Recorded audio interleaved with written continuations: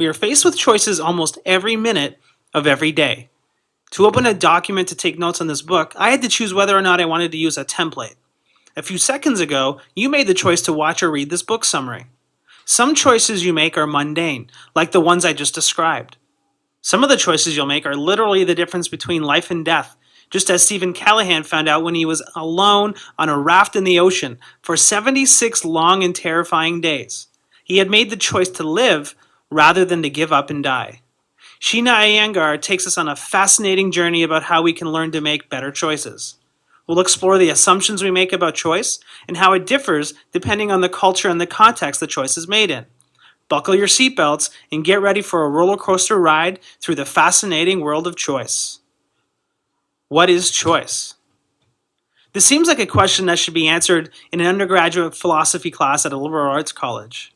But it is critical to examine what we believe choice means before we can get down to the business of making better ones. Most Western cultures have grown up with the belief that choice is good.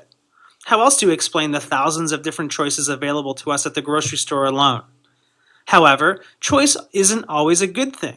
In fact, there's some people in the world who believe that choice is a negative thing. In a fascinating study, Asian American and Anglo American children were given a set of schoolwork tasks to do.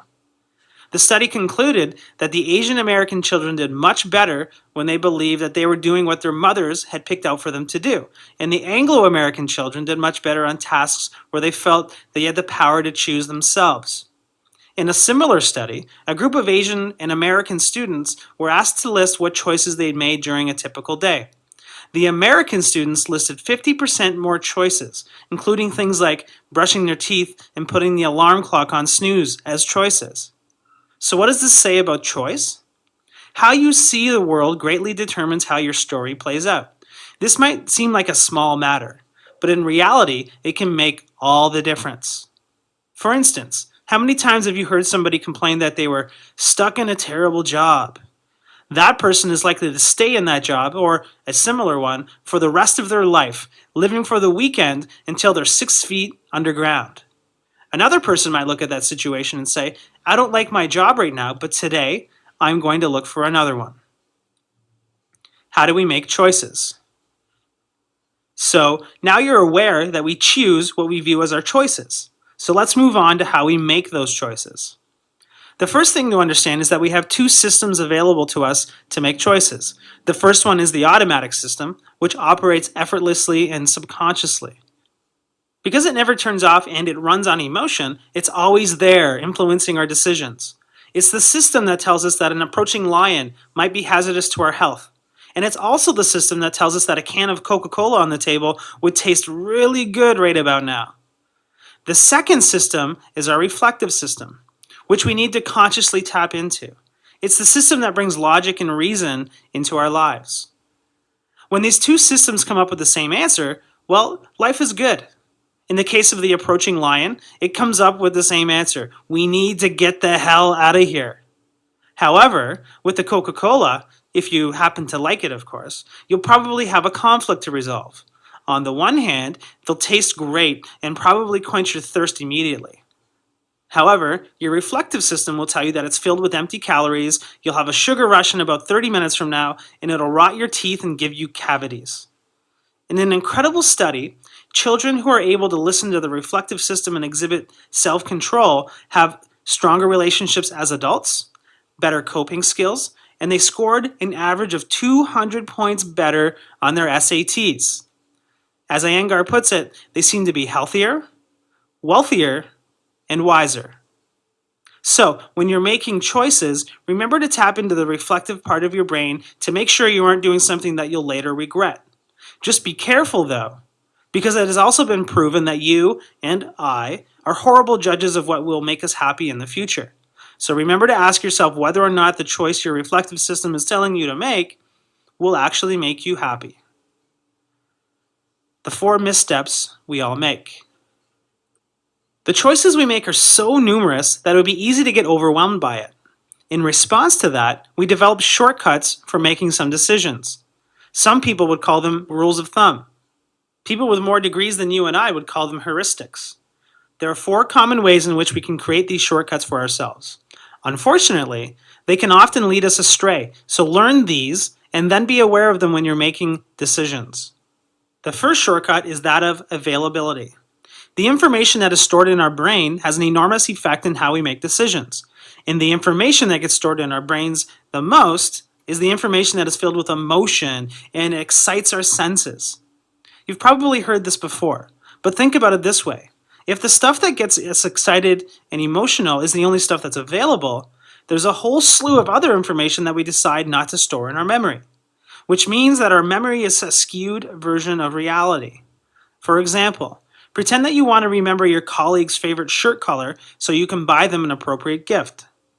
If they wore a neon green shirt a few times, that might be the only information that's stored in your memory, and that's how you'll make your choice. The second thing to be aware of is that we're extremely influenced by the way information is framed. Consider the way that Robert Gozuda, the CEO of Coca-Cola in the 1980s, framed a challenge to his employees. The executive team was pretty proud of the fact that they owned 45% of the soft drink market. That's pretty impressive, right? That was until Roberto gently pointed out that while they owned 45% of the soft drink market, they only owned about 2% of the entire liquid market. With one simple twist of language, he turned a group that was pretty happy and complacent into a hungry team that needed to think creatively about how they could grow their measly 2% market share. Today, we drink water, fruit drinks, sport drinks, and energy drinks from the same company. I guess it worked. You can use this framing device to your advantage, but also be aware of when it's being used on you. Third, we are wired to make connections between things. Some of the greatest inventions of all time were created this way. Take a phone and an MP3 player and put them together. Boom! You've got an iPhone. Take the internet and the Dewey Decimal System and put them together and boom! You've got Google. Take peanut butter and chocolate and, well, we could go on. And this shortcut works incredibly well in the creative process. But in other areas, it can be a detriment to your success. Like when Americans started looking at rising real estate prices over a 10-year period and made the connection that those prices would continue to rise well into the future, regardless of the evidence that it wasn't sustainable.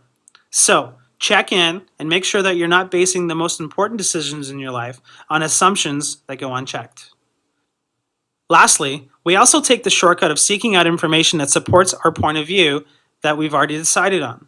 And we will also vigorously defend any beliefs we have in the same way. For instance, Philip Tetlock showed that political authorities fall prey to this when predicting the outcome of global political events. He found that they did no better at predicting them than if they had flipped the coin. Remember, these are people who get paid for a living to make predictions. Why did they perform so poorly? Because they were also willing to accept information that confirmed the opinions that they'd already formed. Also, we all do it because it literally feels better to justify decisions we've made rather than to challenge them. Well, we can't afford to question every single decision we've ever made. For the important ones, you should check in and make sure you aren't just collecting information to support your cause. 6 ways to make better choices. So now you have all the bad news. Let's talk about how you can combat those things and make better choices yourself. First, you can make better choices by becoming an expert in a subject. Do you want to become an expert in making financial decisions? Become an expert financial advisor. However, as much as we'd like to become experts in about every decision we need to make during the course of our lifetime, the reality is that we can't. So, we need some other ways to make choices in the areas that we're not experts in. Second, we can take advantage of the expertise of others. This one should be obvious, but know that for just about anything you need to make a decision on, somewhere out there is a person who can guide you through the process of making a great decision in that area. The key here is to get over the fact that you don't need to have all the answers yourself, and we all like to think we do from time to time. Third, there are times when it might make sense to turn choice into a collaborative activity. For instance, you might convene a group in your company to make a decision on the direction of a certain project. Hearing and interacting with many viewpoints will ultimately help you make a better decision. Fourth, you can turn to the wisdom of crowds. The Zagat Restaurant Guide and the Amazon product rankings are a great example of this. It is much easier to make a choice when you know how the majority of people feel about a product or service. Keep in mind that it doesn't mean you have to make the same choices as the market as a whole, Perhaps you enjoy movies that the market usually scores very low. There are plenty of ways you can take advantage of the wisdom, or stupidity in some cases, of the crowd. Fifth, you can categorize options so that instead of 100 choices, you narrow them down to, let's say, 5. An obvious example is a department store dividing its goods in departments so that the number of choices is significantly narrowed down depending on what you're looking for. On the internet, this is most often seen through the use of keywords and tags that allow you to filter the content on the web and allows you to ignore irrelevant options. Lastly, and most often ignored, is the opportunity to learn from ourselves. Reflecting on how we've made our past decisions and the biases we may have used to make them is a key in determining how to approach future decisions.